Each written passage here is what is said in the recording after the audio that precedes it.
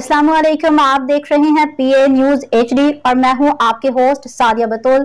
शामिल करते हैं आज की अहम खबरें। चीन के शहर योंगसू में मुनक़िदा शंघाई ताउन तंजीम फिल्म फेस्टिवल 2025 में पाकिस्तानी फिल्मों दीमक और नायाब ने शानदार कामयाबी हासिल करते हुए 2 एजाज़ात अपने नाम कर लिए।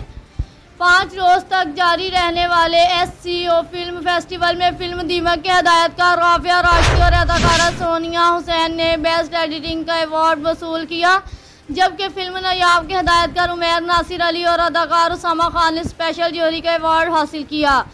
फिल्म फेस्टिवल में पाकिस्तानी वफद की नुमाइंदगी करने वाले में पाकिस्तानी फिल्म प्रोड्यूसर्स एसोसिएशन के chairman Shahzad Rafiq Chaudhry, film distributor Nadeem Mandviwalla, Irfan Malik, वज़ीर मुमलिकत बराए तालीम Wajiha Qamar, director general DEMP Samina Farzain, Pakistani सफारत खाने से मंजूर अली, फिल्म नायाब के director Umair Nasir Ali, producer Romania Umair Noman Khan और अदाकार उसामा खान शामिल थे।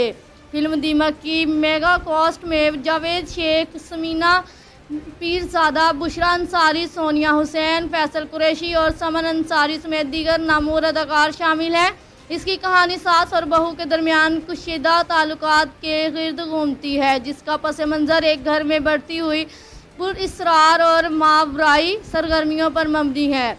दूसरी जानिब फिल्म नायाब की कास्ट में यमुना जैदी, जावेद शेख, अदनान सिद्दीकी, उसामा खान, फवाद खान और फरियाल महमूद शामिल हैं। इसकी कहानी बचपन से क्रिकेट खेलने की शौकीन ख़ानदान और समाजी मसाइल का डट कर मुकाबला करने वाली लड़की पर मबनी है। न्यूज स्टूडियो से अब तक के लिए इतना ही। मजीद खबरों और अपडेट्स के लिए देखते रहिए PA न्यूज HD।